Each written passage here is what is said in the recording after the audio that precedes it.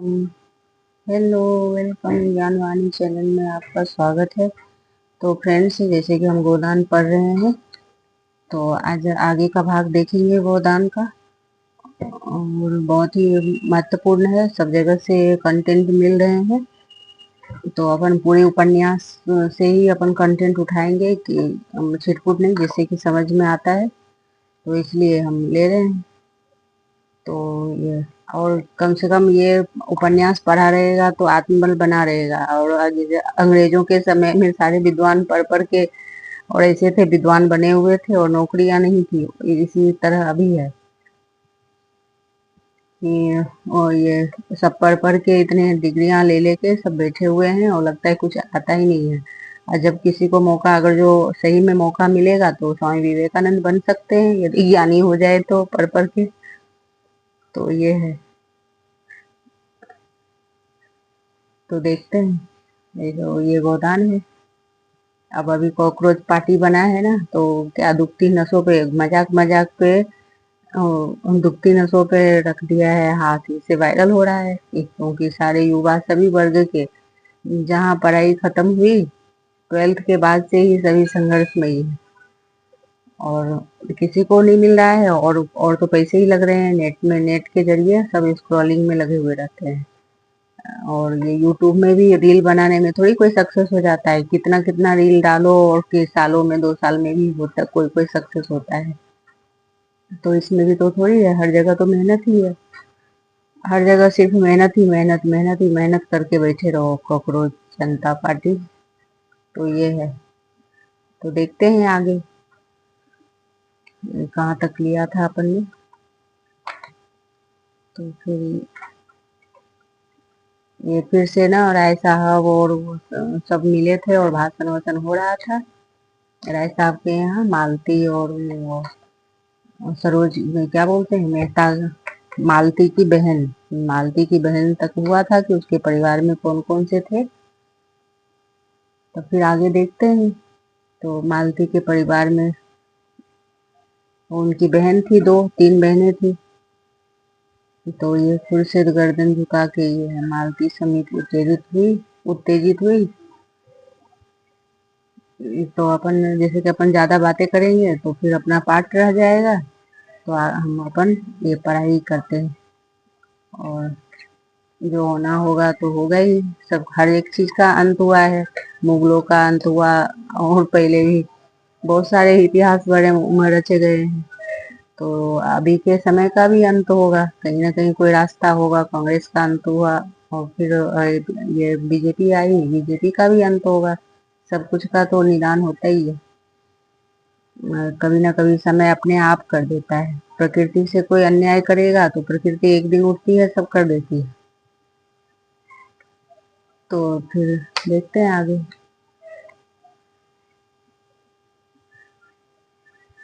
कहाँ तक था, बीच में ही छोड़ दिया था और क्या हो नहीं पाता है। पेज तो यहाँ मोड़ा हुआ था, देखिए।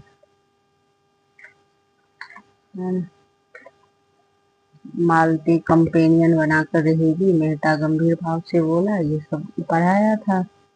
स्त्री पृथ्वी की भांति धैर्यवान और शांति संपन्न है, सहिष्णु है।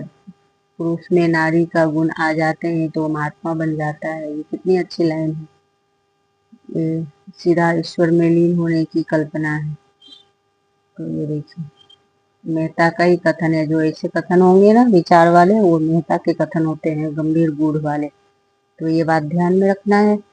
मिर्जा से ये सब देखिए, पुरुष आकर्षित कर होती है और स्त्री की ओर, जो सर्वांश में स्त्री हो, मालती, मालती ने भी अभी मुझे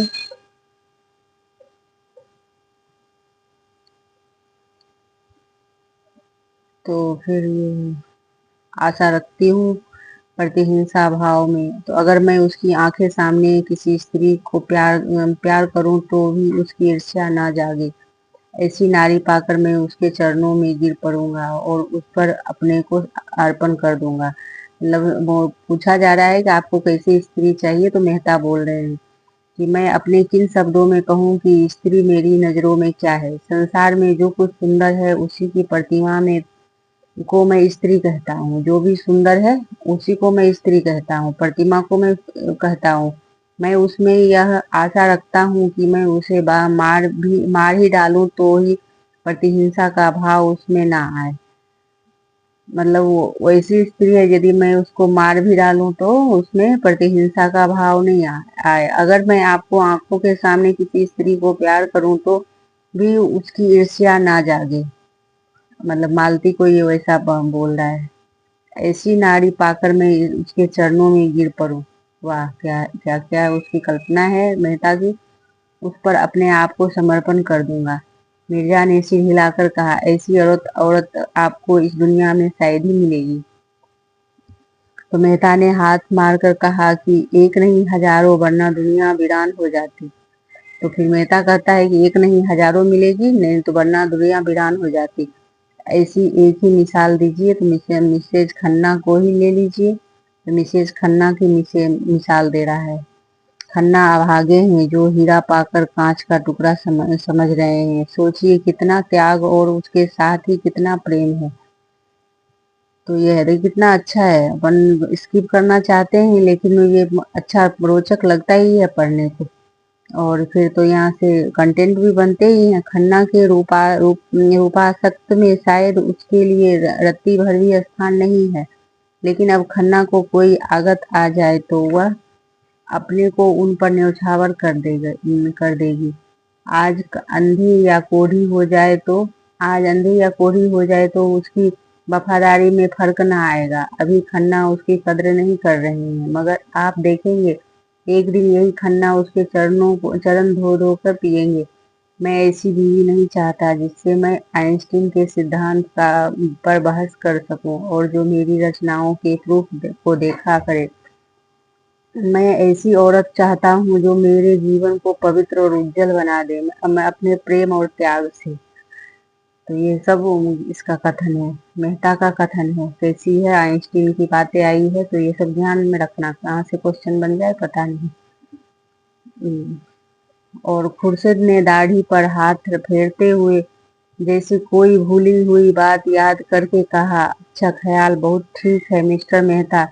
ऐसी औरत अगर कहीं मिल जाए तो मैं भी शायद कर लूं, लेकिन उससे मुझे उम्मीद नहीं है कि मिले। खुर्शीद ने दाढ़ी पर हाथ फेरते हुए कहा, कोई भूली हुई बात याद करके कहा कि आपका ख्याल बहुत ठीक है। खुर्शीद कह रहा है मिस्टर मेहता, ऐसी औरत अगर कहीं मिल जाए तो हम भी कर लेंगे। खुर्शीद ये कह रहा है। खुर्शीद कह रहा है ये बात दाढ़ी पर हाथ पर फेरते हुए। और मेहता ने हंसकर कहा, आप भी तलाश में रहिए और मैं भी तलाश में रहूं। शायद जिस मगर मिस मालती आपको छोड़ने वाली नहीं है। कहिए, लिख दूं? ऐसी औरत से तो मैं केवल मनोरंजन कर सकता हूँ, ब्याह नहीं। ये मालती के बारे में कह रहा है। ब्याह तो आत्मसमर्पण है। अगर ब्याह आत्मसमर्पण है तो प्रेम क्या है? जब प्रेम आत्मसमर्पण का रूप ले लेता है तभी ब्याह है। उसके पहले अय्यासी है। तो देखिए, नए युवक आजकल के जो माहौल है तो उसमें ये सीखने की है कि शादी क्या है और प्रेम क्या है। और तो इसको सीखकर आप अपना जीवन अच्छे से निकाल सकते हैं आगे। क्या प्यार क्या होता है और शादी क्या होता है और आत्मसमर्पण है। प्रेम जब आत्मसमर्पण का रूप लेता है तभी ब्याह उसके पहले अय्यासी रहता है। मेहता ने कपड़े पहने और विदा हो गए और शाम हो गई। मिर्जा जाकर देखा तो गोबर अभी तक पैरों को सींच रहा था। मिर्जा ने प्रसन्न होकर कहा, जाओ तुम्हारी छुट्टी हुई फिर। तो गोबर ने कतार, ये सब हम पढ़ा दिए थे लगता है, लेकिन बहुत अच्छा पॉइंट है, दोहरा दिया फिर से तो अच्छा है ना। अच्छा है ये पॉइंट दोहरा आ गया, तो ये हम पढ़ चुके हैं। गोबर गोबर से मिला था, तो ये अच्छा पॉइंट है। तो फिर होली की फसल सारी डाढ़ में चली गई थी, ये सब है। अब फिर बड़े ये सांझ हो गई थी, छोटा बच्चा रो रहा था, ये सब पढ़ा चुके हैं।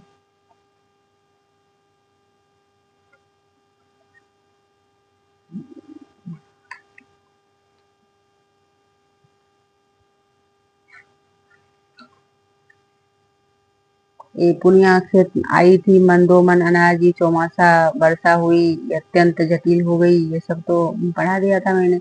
मगर पुनिया अपनी जेठानी के मनोभाव को समझ ली थी और चौमासा आ गया और वर्षा ना हुई तो अत्यंत जटिल हो गया। सावन का महीना आ गया था, बगुले उठ रहे थे, ये सब पढ़ा दिए थे। वो पहले के क्लास में है। फिर धनिया गोबर ये सब है।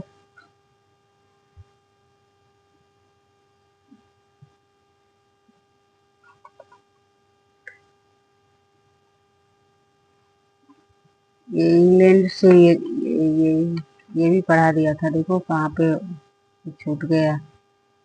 मैं पेज मोड़ी थी तो भूल गई। एक पहले के क्लास में ये सब है।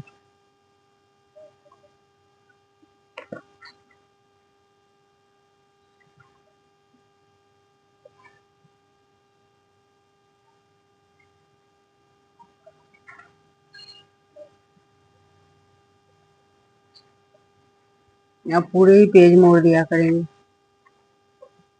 तब राय साहब चुटकी लिया मेहता आगे प्राणियों के विकास स्त्री के पद को, ये है यहाँ तक है।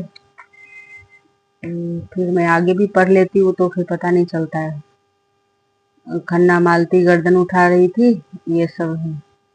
बिजली संपादक बिगड़े हुए थे और खुर्शीद ने कहा अच्छा सुनाई दीजिए। मेहता का भाषण जारी था। देवियों, मैं उन लोगों में नहीं हूँ जो कहते हैं कि स्त्री और पुरुष में समान शक्तियाँ हैं और समान प्रवृत्तियाँ हैं, उनमें कोई विभिन्नता नहीं है। फिर मेहता की बातें यहाँ से शुरू करते हैं। तो इसमें भयंकर असत्य है, मैं कल्पना नहीं कर सकता। वह असत्य है, युगों युगांतर संचित अनुभव तरह ढाले रहते हैं, आपको सचेत कर दिए देता है। इस जाल में ना फंसे। स्त्री पुरुष उतने ही श्रेष्ठ है जितना प्रकाश अंधेरे से। मनुष्य के लिए क्षमा और त्याग अहिंसा जीवन के उच्चतम आदर्श है। तो ये महत्वपूर्ण है। नारी इस आदर्श को प्राप्त कर चुकी है। पुरुष धर्म और आध्यात्म की और ऋषियों का आश्रय लेकर उस लक्ष्य को पहुंचने के लिए सदियों से जोर मार रहा है, पर सफल नहीं हो सका है। और मैं कहता हूँ कि उसका सारा अध्यात्म और योग एक तरफ और नारियों का त्याग एक तरफ।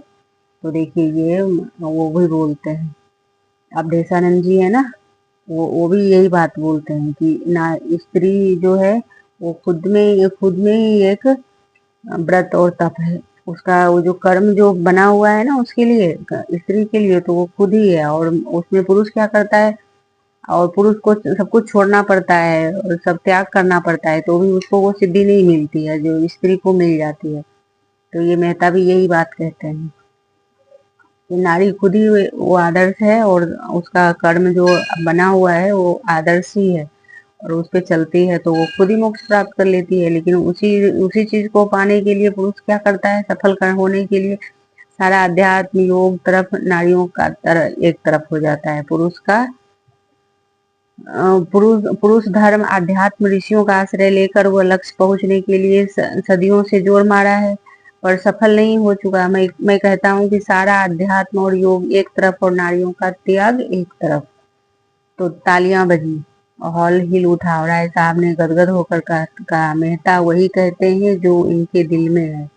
तो ये बात राय साहब कहते हैं। ओंकार नाथ ने टीका की लेकिन बातें सभी पुरानी है, सड़ी हुई पुरानी बात आत्मबल के साथ कही जाती है तो नई हो जाती है।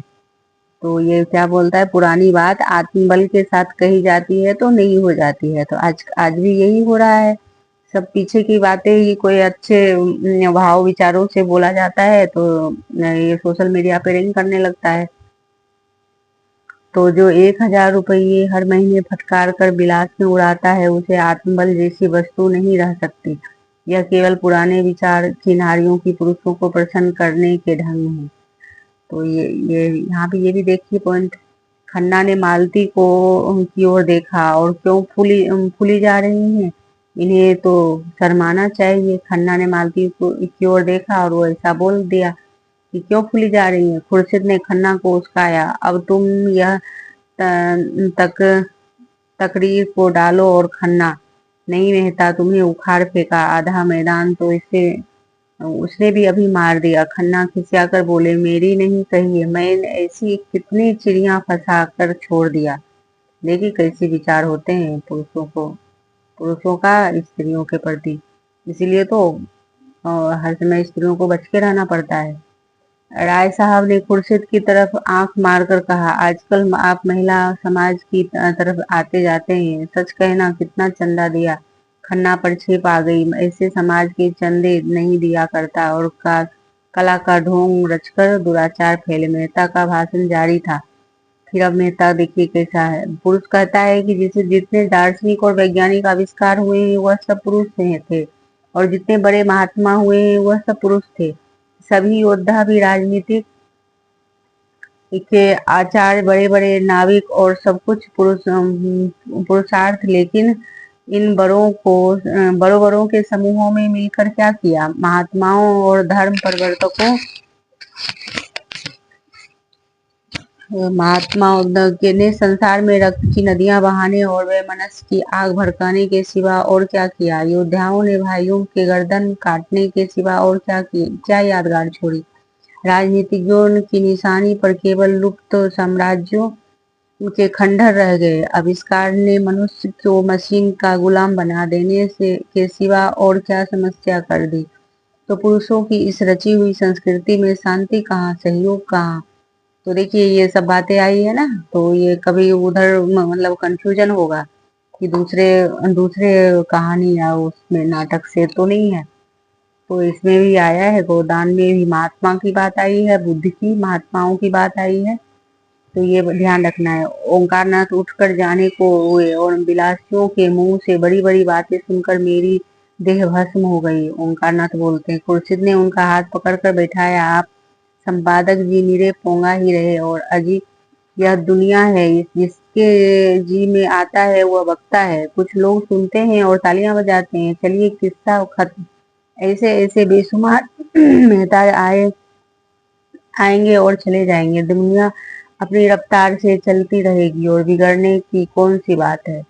तो खुर्शीद बोलता है कि ऐसी ऐसी बात तो होती रहती है, दुनिया है, और ये मेहता भी निकल जाएंगे तो सही बात है। असत्य सुनकर मुझसे सहा नहीं जाता। राय साहब ने, बिगड़ने की बात कौन सी बात है? खुर्शीद ने कहा था। तो राय साहब ने उन्हें और चढ़ाया। उल्टा के मुंह से सतियों की सी बात सुनकर किसका जी न जलेगा?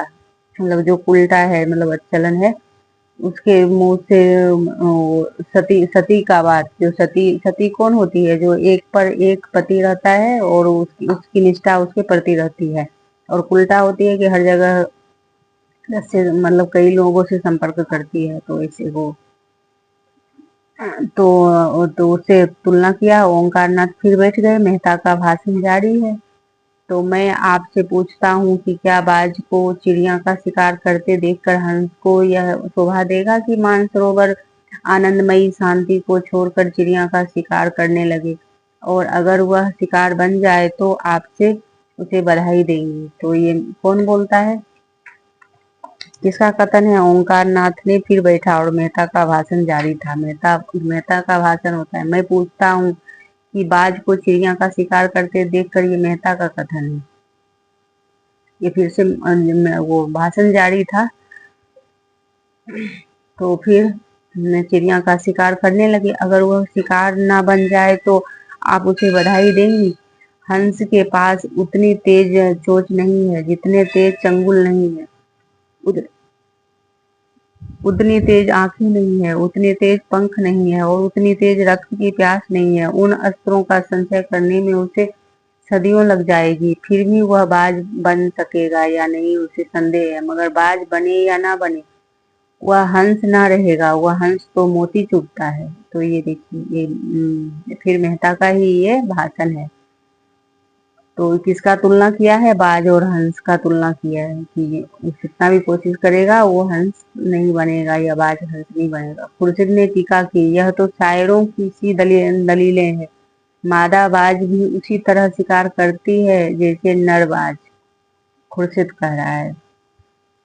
तो ओंकार नाथ प्रसन्न होकर हो गए और उस पर आप फिलोसफर बनते हैं। और इसी तर्क के बल पर खन्ना ने दिल का गुबार निकाला और फिलोसफर नहीं, फिलोसफर की दुम है और फिलोसफर है। तो ओंकार नाथ ने बात पूरी की, जो सत्य है सो जो भर भी ना टले। खन्ना को समस्या पूर्ति और नहीं हुई, नहीं रची। मैं सत्य नहीं जानता। मैं फिलोसफर भी उसे कहता हूँ जो फिलोसफर से हो सकता है। खुर्शीद ने दाद दी फिलोसफर की आगे, अपनी कितनी सच्ची तारीफ की है। जो वाह, सुभान अल्लाह, फिलोसफर वह है जो फिलोसफर हो, क्यों ना हो।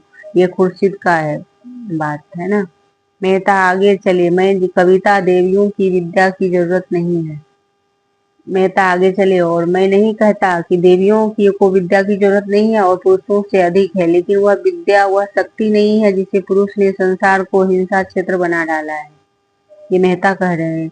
अगर वही विद्या और वही शक्ति आप भी ले लेंगे तो संसार मरुस्थल हो जाएगा। आपकी विद्या और आपका अधिकार हिंसा और विध्वंस में नहीं, सृष्टि और प्लान में है। आप समझते हैं कि वोटों से मानव जाति का उद्धार होगा, या दफ्तरों में और अदालतों में जवान और कलम चलाने से। इन नकली प्रकृति विनाशकारी अधिकारों के लिए आप यह अधिकार छोड़ देना चाहती हैं जो आप प्रकृति ने दिया है।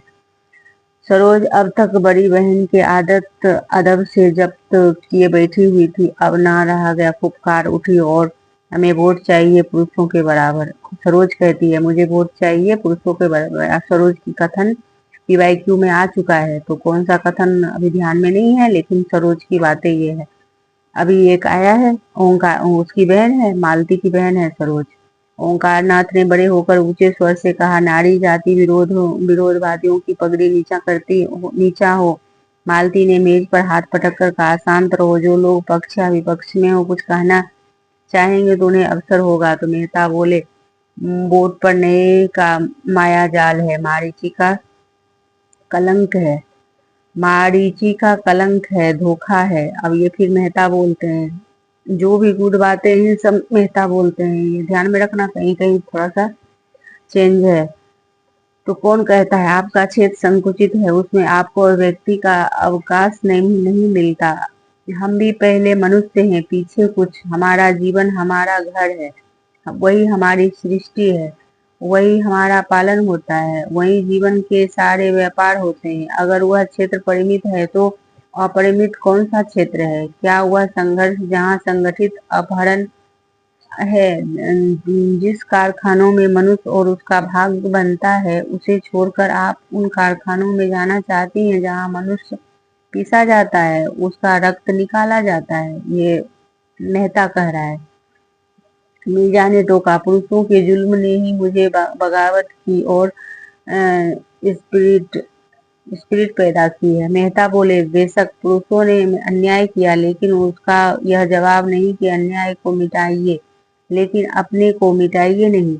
मालती बोली, नारियां इसलिए अधिकार चाहती हैं कि उनका सदुपयोग करें और पुरुषों को उनका दुरुपयोग करने से रोकें। तो ये मालती कहती है, ये भी सही है। मालती बोलती है कि नारियां इसलिए अधिकार चाहती हैं कि उनका अधिकार की बात है, तो कौन बोल रहे हैं? बोल रही मालती बोल रही है, उनका सदुपयोग करें, पुरुषों का उनका दुरुपयोग, पुरुषों को उनका दुरुपयोग ना करने से रोके। मेहता ने उत्तर दिया, संसार में सबसे बड़े अधिकार सेवा और त्याग से मिलते हैं। तो वो अधिकार की बात मैं मालती करी है, और मेहता ये अधिकार को इस तरह से बोला, संसार में सबसे बड़े अधिकार सेवा और त्याग से मिलते हैं, और वह आपको मिले हुए हैं। मतलब आप सेवा करोगे, वही बात आ गई पतिव्रता वाली। उन अधिकारों के सामने वोट कोई चीज नहीं है। मुझे खेद है कि हमारी बहनें पश्चिम का आदर्श ले रही हैं, और जहां नारी ने अपना पद खो दिया है और वही स्वामिनी से गिरकर विलास की वस्तु बन गई है। और पश्चिम की स्त्रियां स्वच्छंद होना चाहती हैं, इसलिए वह अधिक से अधिक विलास कर सके, और हमारी माताओं का आदर्श कभी विलास नहीं रहा है। उन्होंने केवल सेवा के अधिकार के सदैव गृहस्थी का संचालन किया है। पश्चिम में जो चीजें अच्छी है वह उनसे लीजिए। और ये मेहता का कथन है सारे पश्चिम के ये सापेक्ष। सांस्कृतिक में सदैव आदान प्रदान होता आया है, लेकिन अंधी नकल को मानसिक दुर्बलता का लक्षण है। आदान प्रदान संस्कृति में होता है, लेकिन अंधी नकल मतलब देखो आदान प्रदान होता रहता है थोड़ा थोड़ा सा, लेकिन पूरे अंधी नकल जो हो रही है वो क्या है, दुर्बलता का लक्षण है। पश्चिम की स्त्रियां आज गृह स्वामिनी नहीं रहना चाहती। भोग की विदग्ध लालसा ने उसे उच्छृंखल बना दिया है, और वह अपने लक्ष्यों और गरिमा को, जो उसके सबसे बड़ी विभूति थी, चंचलता और अमोद प्रमोद पर होम कर रही हैं। जब मैं वहाँ की शिक्षित बालिकाओं को अपने रूप का या भरी हुई गोल बाहों या अपने नग्नता का प्रदर्शन करते देखता हूँ तो मुझे उन पर दया आती है। ये सब मेहता का कथन है, ये ध्यान रखना है।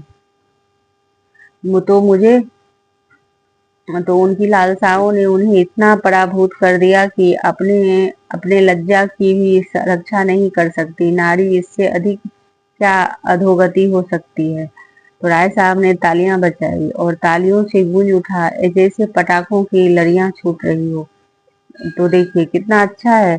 तो आप लोग काम करते हुए भी ईयरफोन लगाकर सुन सकते हैं। पूरे उपन्यास करीब करीब मैं पढ़ाने जा रही हूँ, और है इसमें तथ्य भी है, और ध्यान से सुन लेंगे तो अच्छा होगा। क्योंकि एग्जाम में कहीं से भी प्रश्न आएंगे तो आप अनुमान भी लगा सकते हैं कि कौन किसका कथन हो सकता है, कौन ये बात बोल सकता है। कुछ भी प्रश्न कैसे भी घुमाएगा तो कर सकते हैं। राय साहब ने तालियां बजाई, हालत गंभीर और ये है। तो मिर्जा साहब ने संपादक जी से कहा कि इसका जवाब तो आपके पास ही ना होगा। संपादक जी ने विरक्त मन से कहा, सारे व्याख्यान इन्हें यही एक सत्य है।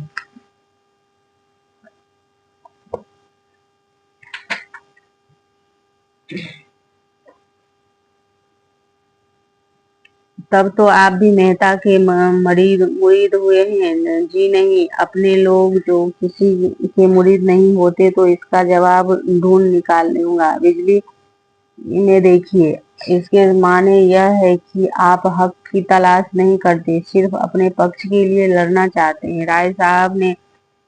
राय साहब ने आड़े हाथों लिया, और इसी पर आपको अपने सत्य प्रेम का अभिमान है। संपादक जी, अभी चल रहे वकील का काम अपने मुवक्किल का हित देखना है, सत्य या सत्य निराकरण नहीं है। तो यूं कहिए कि आप औरतों के वकील हैं, तो वे सब का वकील है, निर्बल है, निस्सहाय है, पीड़ित है। तो मेहता जी कह रहे हैं कि पुरुषों का षड्यंत्र देवियों को ऊंचे शिखर से खींचकर अपने बराबर बनाने के लिए उन पुरुषों का जो कायर और उनमें वैवाहिक जीवन की दायित्व संभालने की स्थिति नहीं है, वो स्वच्छंद काम की राह में की तरंगों में सांडों की भांति दूसरे की हरी भरी खेती में मुंह डालकर अपने कुत्सित लालसाओं को तृप्त करना चाहता है। तो देखिए सांड की उपमा आया है, स्वच्छंद की राह।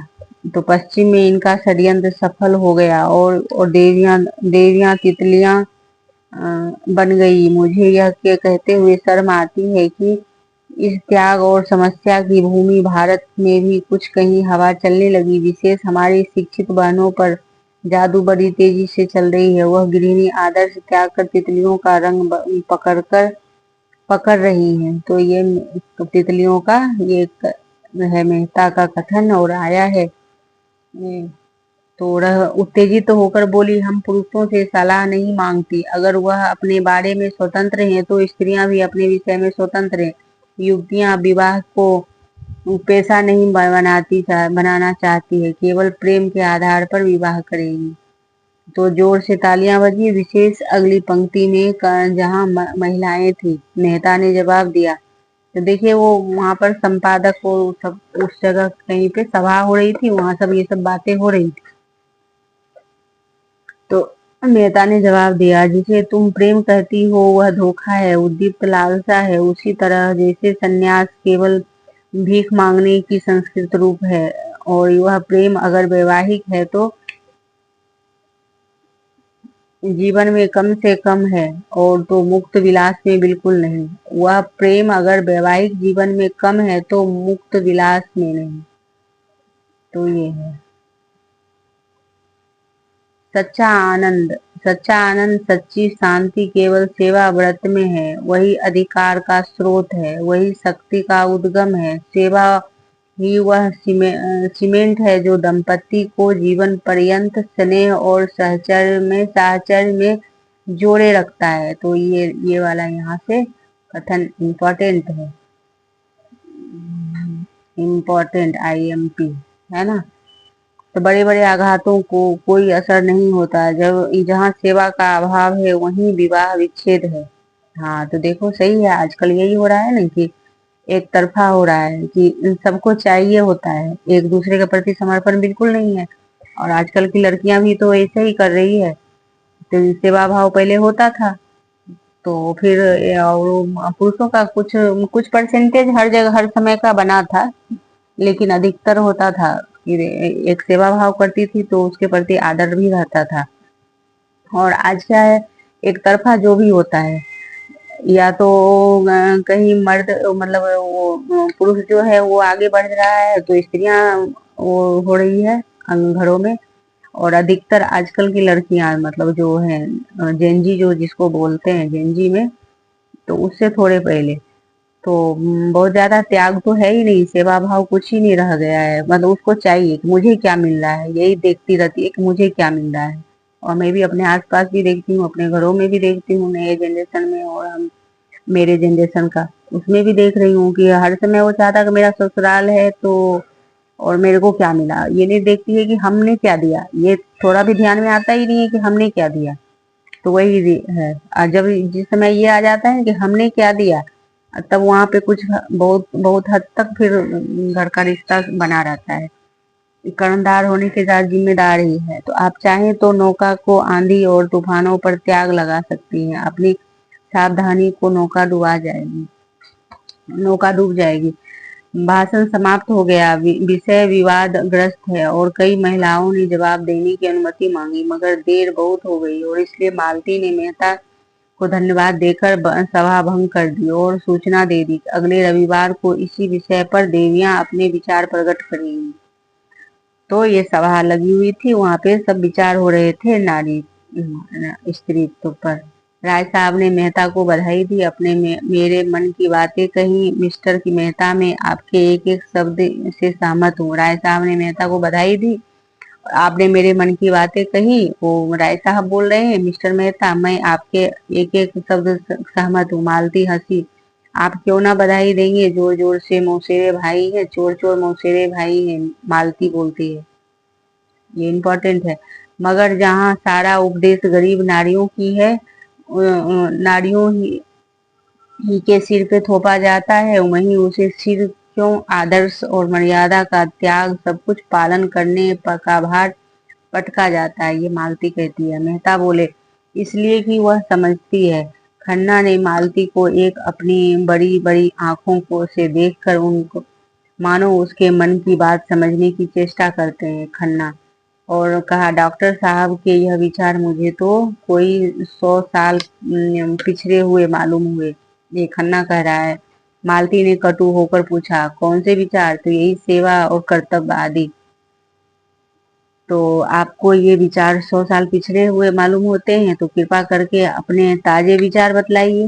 दंपति कैसे सुखी रह सकते हैं, इसका कोई ताजा नुस्खा नहीं है। तो देखिए ये गोदान कब लिखा गया है और अभी कितने साल बीत गए हैं आजादी के। 36 का ही है, 36 का उपन्यास ये है, उससे पहले लिखा गया है। तो उस समय का है। डॉक्टर साहब ने तो बदला। खन्ना खिसियाए और कही, मालती तो खुश करने के लिए यह तिनक उठी और बोली, नुस्खा तो मेहता साहब को मालूम होता है। डॉक्टर साहब ने तो बदला बतला दिया कि आप ख्याल में वह 100 साल पुराना है, तो नया नुस्खा आपको बतलाना चाहिए। आपको ज्ञात नहीं है कि दुनिया में ऐसी बहुत सी बातें जो कभी कभी पुरानी ही हो सकती है।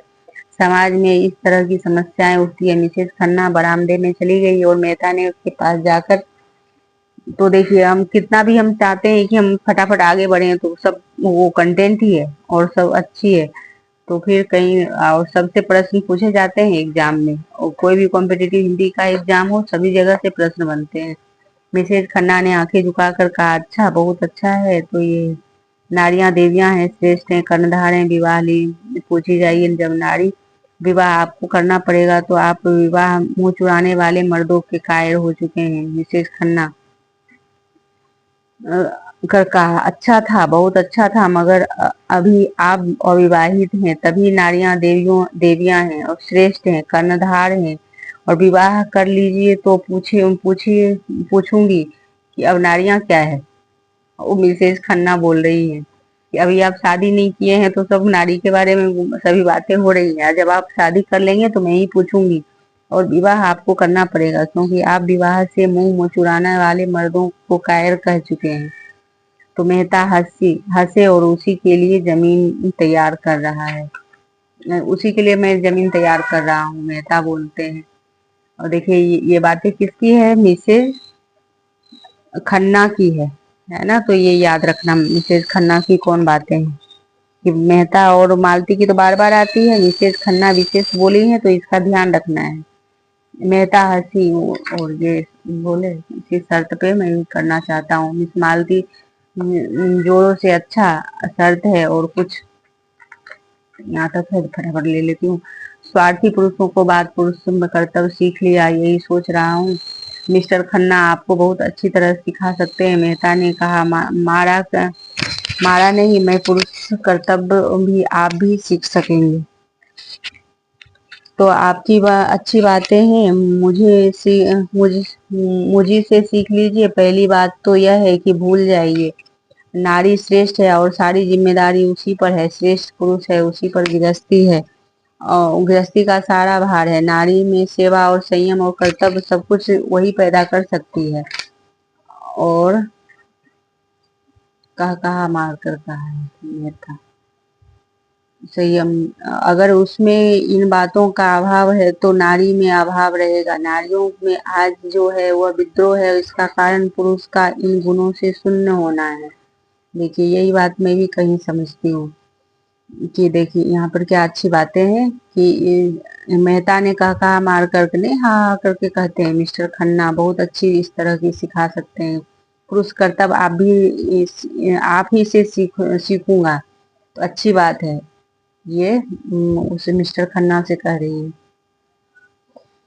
कि अच्छी बात है। ये पहली बात यह है कि भूल जाइए कि नारी श्रेष्ठ है और सभी जिम्मेदारी उसी पर है। श्रेष्ठ पुरुष है, उसी पर गृहस्थी का सारा भार है, और नारी में सेवा और संयम कर्तव्य सब कुछ वही पैदा करता है, पुरुष ही करता है। और उसमें इन बातों का अभाव है तो नारी भी अभाव में रहेगी, नारी में भी अभाव रहेगा। यदि पुरुष में इस बात का अभाव है, कर्तव्य और ये संयम का, तो नारी में भी रहेगी। नारियों में जो वह यह विद्रोह है, इसका कारण पुरुष का यह गुण से शून्य हो जाना है।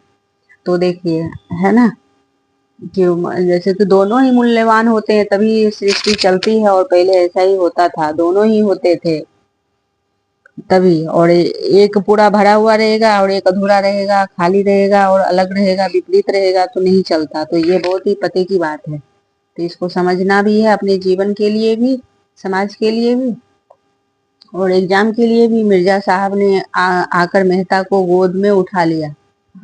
मिर्जा साहब ने आकर और बोले, मुबारक मुबारक। कौन? मिर्जा साहब ने मेहता को गोद में उठा लिया। मेहता ने प्रश्न की आंखों से देखा, आपको मेरी तकरीर पसंद आई? तकरीर पसंद आई? तकरीर तो खैर तो जैसी वैसी थी, मगर कामयाब खूब रही। अपनी परी को शीशे में उतार लिया। आपने परी को शीशे में उतार लिया। अपनी तकदीर सराहिए, जिसने आज तक किसी को मुंह नहीं लगाया, वह आपका कलमा पढ़ रही है। मिसेज खन्ना दबी जबान में बोली, जब नशा ठहर जाए तो कहिए। मेहता ने विरक्त भाव से कहा, मेरे जैसे किताब के कीड़े कौन औरत पसंद करेगी देवी जी, मैं तो पक्का आदर्शवादी हूँ। मेहता कहते हैं, मिसेज खन्ना ने अपने पति को कार की तरफ जाते देखा तो उधर चली गई और मिर्जा भी बाहर निकल गए। मेहता ने मंच पर अपनी छड़ी उठाई और बाहर जाना चाहते थे। मालती ने आकर उनका हाथ पकड़ लिया और आग्रह भरी आंखों से बोला, अब भी नहीं जा सकते? चलिए पापा से आपकी मुलाकात कराऊं और आप वहीं खाना खाइए। मेहता ने कान पर हाथ रखकर उन्हें मुझे क्षमा कीजिए और रखकर नहीं, मुझे क्षमा कीजिए, वह सरोज मेरी जान खा जाएगी। मैं इन लड़कियों से, मेहता ने कान पकड़कर हाथ रखकर कहा, लड़कियों से बहुत घबराता हूँ। नहीं नहीं, मैं जिम्मा लेता हूँ। वह तो मुंह मुंह भी खोले। अच्छा, आप चलिए, मैं थोड़ी देर में आऊंगा। जी नहीं, यह ना होगा। मेरी कार सरोज लेकर चली गई और आप मुझे पहचाने तो लगेगा ही, लेकिन दोनों मेहता की कार बैठे हैं।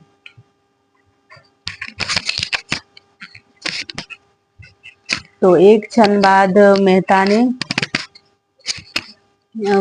पूछा कि मैंने सुना है कि खन्ना साहब अपनी बीवी को मारा मारा करते हैं, तो उसे मुझे उनसे सूरत की नफरत है।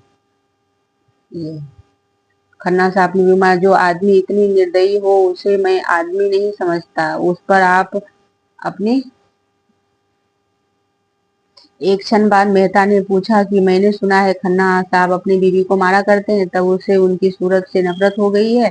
जो आदमी इतनी निर्दयी हो सकता है मैं अपनी नहीं समझता। उस पर आप नहीं, जाति के बड़े हितैषी नहीं है, उन्हें कभी नहीं समझते। मालती उद्विग्न होकर बोली, ताली हमेशा दो हथेलियों से बजती है, आप भूल जाते हैं। मैं तो ऐसी ही किसी का कारण कल्पना ही नहीं कर सकता। कोई विशेष अपनी स्त्री को मारे, चाहे स्त्री कितनी ही बदजबान हो, कहाँ कितने कितनी ही हो, पर आप एक नए किस्म के आदमी हैं। अगर मर्द बदमिजाज है तो तुम्हारी राय में यह मर्द पर हंटरों की बौछार करनी चाहिए। तो स्त्री जितनी क्षमाशील हो सकती है, पुरुष नहीं हो सकता। और अपने खुद पर आज यह बात स्वीकार की। और तो औरत क्षमाशील या वह पुरुष, यही पुरस्कार है। मैं समझता हूँ कि खुद खन्ना को मुंह में लगाकर उसे भी सह लेते हैं। तुम्हारी वह इतना आदर करता है कि तुम्हें जितनी भक्ति है उसके बल पर तुम बड़ी आसानी से उसे सीधा कर सकते हो। तो मालती उत्तेजित होकर बोली, तुमने इस समय यह प्रसंग व्यर्थ छोड़ दिया। मैंने किसी बुराई नहीं करना चाहता, मगर अपने गोविंदी देवी आपने गोविंदी देवी को पहचाना नहीं? आपने उनकी भली भोली भाली शांति मुद्रा देखकर समझ लिया कि यह देवी है। मैं उन्हें इतना ऊंचा स्थान नहीं देना चाहती। उन्होंने मुझे बदनाम करने का जितना प्रयत्न किया, मुझ पर जैसे जैसे आघात किए, हुआ बयान करूं तो आप तंग रह जाएंगे और तब आपको मानना पड़ेगा कि ऐसी औरत के साथ यही व्यवहार होना चाहिए। आखिर उन्हें आपसे इतना द्वेष है, इसका कोई कारण तो होगा। कारण इनसे पूछिए कि मुझे किसी के दिल का हाल क्या है। उनसे बिना पूछे ही अनुमान किया जा सकता है, और वह यह कि अगर कोई पुरुष और मेरी स्त्री के बीच आने का साहस करे तो उसे मैं गोली मार दूं, और उसे ना मारो सकूं तो अपनी छाती में मार लूंगा। इस तरह अगर मैं किसी स्त्री को अपनी स्त्री के बीच लाना चाहूं तो मेरी पत्नी को भी अधिकार है कि वह जो जो चाहे करे। इस विषय में तो मैं कोई समझौता नहीं कर सकता। अवैज्ञानिक मनोवृत्ति जो अपने बनेले पूर्वजों से पाई है, और आज कुछ लोग इससे असभ्य और असामाजिक व्यवहार में होंगे, और लेकिन कभी इस पर मनोवृत्ति का विचार नहीं पा सका, ना पाना चाहता। इस विषय में मैं कानून की परवाह नहीं कर सकता। मेरे कानून मेरा है। मालती ने तीव्र स्वर में पूछा, लेकिन आपने यह अनुमान कैसे कर लिया? आपके शब्दों में खन्ना गोविंदी के बीच आना चाहती है। आप ऐसे अनुमान करके भी मेरा अपमान कर सकेंगे? खन्ना अपनी जूतियों की नोक पे घबराए भी नहीं समझती। मेहता ने अविश्वास भरे स्वर में कहा कि आप दिल से नहीं कर रही हैं मिस मालती। क्या आप सारी दुनिया को बेवकूफ समझती हैं? सारी समझ सकती। मालती ने तिनक्कर कहा, दुनिया को दूसरे के को बदनाम करने में मजा आता है और यही स्वभाव है, और उसका स्वभाव बदल लूं, लेकिन यह व्यर्थ है, कलंक है, और मैं इतनी बेमुरौवत नहीं हूँ। खन्ना ने अपने पास आते देखकर दुत्कार देती है, और मेरा काम ही ऐसा है कि मुझे सभी स्वागत और सत्कार करना चाहता है, अगर कोई कुछ अर्थ निकलता हो। मालती का गला भरा गया और उसने मुंह फेर कर रुमाल से आंसू पोंछे, फिर एक एक मिनट बाद बोली, औरों के साथ तुम मुझे मुझे इस दुख को मुझे। ये मालती रोने लगी है और फिर कदाचित अपनी दुर्बलता पर खेद हुआ और प्रचंड होकर बोली, आपको मुझ पर आक्षेप करने का कोई अधिकार नहीं है। अगर आप